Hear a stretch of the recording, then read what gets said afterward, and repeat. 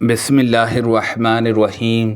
حضرت ابو موسیٰ اشعری رضی اللہ عنہ نے حضرت عمر رضی اللہ عنہ سے ملنے کی اجازت چاہی، اور یہ دیکھ کر کہ حضرت عمر رضی اللہ عنہ مشغول ہیں، آپ جلدی سے واپس چلے گئے۔ پھر حضرت عمر رضی اللہ عنہ نے کہا کہ کیا میں نے ابی عبداللہ بن قیس ابو موسیٰ رضی اللہ عنہ کی آواز نہیں سنی تھی؟ انہیں بلا لاؤ۔ چنانچہ انہیں بلایا گیا تو عمر رضی اللہ عنہ نے پوچھا کہ ایسا کیوں کیا کہ جلدی واپس ہو گئے؟ انہوں نے کہا کہ ہمیں حدیث میں اس کا حمل دیا گیا ہے۔ حضرت عمر رضی اللہ عنہ نے کہا کہ حدیث پر گواہ لاؤ، ورنہ میں تمہارے ساتھ یہ سختی کروں گا۔ چنانچہ حضرت ابو موسیٰ رضی اللہ عنہ انصار کی مجلس میں گئے۔ انہوں نے کہا اس کی گواہی ہم میں سب سے چھوٹا دے سکتا ہے۔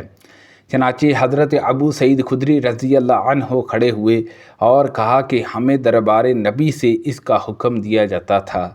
اس پر حضرت عمر رضی اللہ عنہ نے کہا کہ ان حضرت صلی اللہ علیہ وسلم کا یہ حکم مجھے معلوم نہیں تھا۔ مجھے بازاروں کے کاموں خرید و فروخت نے اس حدیث سے غافل رکھا۔ تم سمجھتے ہو کہ حضرت ابو ہریرہ رضی اللہ عنہ رسول اللہ صلی اللہ علیہ وسلم کی بہت زیادہ حدیثیں بیان کرتے ہیں۔ اللہ کے حضور میں سب کو جانا ہے۔ بات یہ تھی کہ میں ایک مسکین شخص تھا اور پیٹ بھرنے کے بعد ہر وقت ان حضرت صلی اللہ علیہ وسلم کے ساتھ رہتا تھا، لیکن مہاجرین کو بازار کے کاروبار مشغول رکھتے تھے اور انصار کو اپنے مالوں کی دیکھ بھال مصروف رکھتی تھی۔ میں ایک دن ان حضرت صلی اللہ علیہ وسلم کی خدمت میں حاضر تھا اور آپ نے فرمایا کہ کون اپنی چادر پھیلائے گا جہاں تک کہ میں اپنی بات پوری کر لوں، اور پھر وہ اپنی چادر سمیٹ لے اور اس کے بعد کبھی مجھ سے سنی ہوئی کوئی بات نہ بھولے۔ چنانچہ میں نے اپنی چادر جو میرے جسم پر تھی پھیلا دی، اور اس ذات کی قسم جس نے ان حضرت صلی اللہ علیہ وسلم کو حق کے ساتھ بھیجا تھا، پھر کبھی میں آپ کی کوئی حدیث جو آپ سے سنی تھی نہیں بھولا۔ میں نے جابر بن عبداللہ رضی اللہ عنہما کو دیکھا کہ وہ ابن سعد کے واقعے پر اللہ کی قسم کھاتے تھے۔ میں نے ان سے کہا کہ آپ اللہ کی قسم کھاتے ہیں؟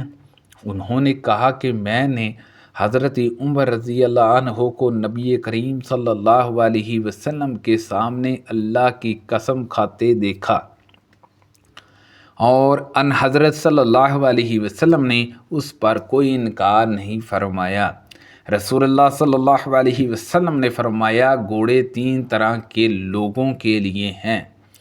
ایک شخص کے لیے اونٹ کا رکھنا کار ثواب ہے، دوسرے کے لیے برابر برابر نہ عذاب نہ ثواب، اور تیسرے کے لیے وبال جان ہے۔ جس کے لیے وہ اجر ہے، جی وہ شخص ہے جس نے اللہ کے راستے کے لیے باندھ کر رکھا اور اس کی رسی چراگاہ میں دراز کر دی، تو وہ گھوڑا جتنی دور تک چراگاہ میں گھوم کر چرے گا، وہ مالک کی نیکیوں میں ترقی کا ذریعہ ہوگا۔ اور اگر گھوڑے نے اس دراز رسی کو بھی تڑوا لیا اور ایک یا دو دوڑ اس نے لگائی، تو اس کے نشانات قدم اور اس کی لد بھی مالک کے لیے باعث اجر و ثواب ہوگی۔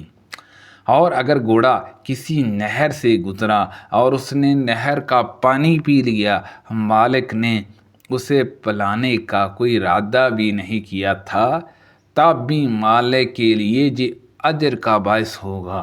سبحان اللہ عز و جل۔ اور ایسا گھوڑا اپنے مالک کے لیے ثواب ہوتا ہے۔ اور دوسرا شخص برابر برابر والا وہ ہے جو گھوڑے کو اظہار بے نیازی یا اپنے بچاؤ کی غرض سے باندھتا ہے اور اس کی پشت اور گردن پر اللہ کے حق کو بھی نہیں بھولتا، تو یہ گھوڑا اس کے لیے نہ عذاب ہے نہ ثواب۔ اور تیسرا وہ شخص جو گھوڑے کو فخر اور ریا کے لیے باندھتا ہے تجھے اس کے لیے وبال جان ہے۔ اور رسول اللہ صلی اللہ علیہ وسلم سے گدھوں کے متعلق پوچھا گیا تو آپ نے فرمایا کہ اللہ تعالیٰ نے اس سلسلے میں مجھ پر اس جامعہ اور ندار آیت کے سوا اور کچھ نہیں نازل فرمایا ہے۔ پس جو کوئی ایک ذرا برابر بھی بلائی کرے گا وہ اسے دیکھے گا، اور جو کوئی ایک ذرا برابر بھی برائی کرے گا وہ اسے دیکھے گا۔ ایک خاتون نے رسول اللہ صلی اللہ علیہ وسلم سے سوال کیا۔ دوسری سند حضرت امام بخاری رحمۃ اللہ علیہ نے کہا اور ہم سے محمد نے بیان کیا، یعنی ابن عقاب نے کہا، ہم سے فضال بن سلیمان المناری نے بیان کیا، کہا ہم سے منصور بن عبد الرحمن بن شعبہ نے بیان کیا، ان سے ان کے والدہ نے اور ان سے عائشہ رضی اللہ عنہا نے کہ ایک عورت نے رسول اللہ صلی اللہ علیہ وسلم سے حضا کے متعلق پوچھا کہ اس سے غسل کس طرح کیا جاتا ہے۔ ان حضرت صلی اللہ علیہ وسلم نے فرمایا کہ مشک لگا ہوا ایک کپڑا لے کر اس سے پاکی حاصل کر۔ اس عورت نے پوچھا، یا رسول اللہ صلی اللہ علیہ وسلم، میں اس سے پاکی کس طرح حاصل کروں گی؟ ان حضرت صلی اللہ علیہ وسلم نے فرمایا کہ اس سے پاکی حاصل کرو۔ انہوں نے پھر پوچھا کہ کس طرح پاکی حاصل کروں؟ ان حضرت صلی اللہ علیہ وسلم نے پھر وہی جواب دیا کہ پاکی حاصل کرو۔ عائشہ رضی اللہ عنہا نے بیان کیا کہ میں ان حضرت صلی اللہ علیہ وسلم کا منشا سمجھ گئی اور اس عورت کو میں نے اپنی طرف کھینچ لیا اور انہیں طریقہ بتایا کہ پاکی سے آپ کا مطلب یہ ہے کہ اس کپڑے کو خون کے مقاموں پر پھیر تاکہ خون کی بدبو رفع ہو جائے۔ رسول اللہ صلی اللہ علیہ وسلم نے فرمایا، جو شخص کچی لہسن اور پیاز کھائے وہ ہم سے دور رہے، جہاں یہ فرمایا کہ ہماری معصیت سے دور رہے اور اپنے گھر میں بیٹھے رہے جہاں تک کہ وہ بو رفع ہو جائے۔ اور آپ کے پاس ایک طبق لایا گیا جس میں سبزیاں تھیں۔ ان حضرت صلی اللہ علیہ وسلم نے اس میں بو محسوس کی، پھر آپ کو اس میں رکھی ہوئی سبزیوں کے متعلق بتایا گیا تو آپ نے اپنے بعض صحابی کی طرف جو آپ کے ساتھ تھے اشارہ کر کے فرمایا کہ ان کے پاس لے جاؤ، لیکن جب ان صحابی نے اسے دیکھا تو انہوں نے بھی اسے کھانا پسند نہیں کیا۔ ان حضرت صلی اللہ علیہ وسلم نے اس پر ان سے فرمایا کہ تم کھا لو، کیونکہ میں جس سرگوشی کرتا ہوں تم اس سے نہیں کرتے۔ آپ کی مراد فرشتوں سے تھی۔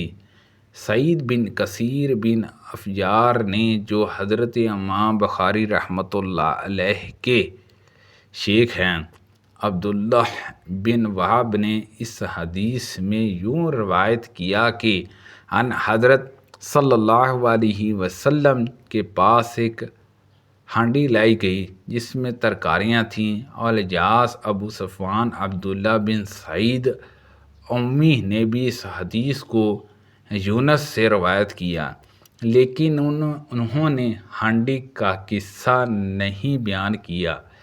اب میں نہیں جانتا کہ ہانڈی کا قصہ حدیث میں داخل ہے یا ظاہری نے بڑھا دیا ہے۔ سبحان اللہ عز و جل۔ اللہ پاک سے دعا ہے کہ اللہ پاک ان حدیثوں پر عمل کرنے کی توفیق عطا فرمائے۔ پڑھنے میں غلطی کوتاہی ہو گئی ہو، اللہ پاک معاف فرمائے۔ صدقہ جاریہ سے زیادہ لوگوں تک شیئر کیجیے۔ آمین بجاہ النبی الامین صلی اللہ علیہ وسلم۔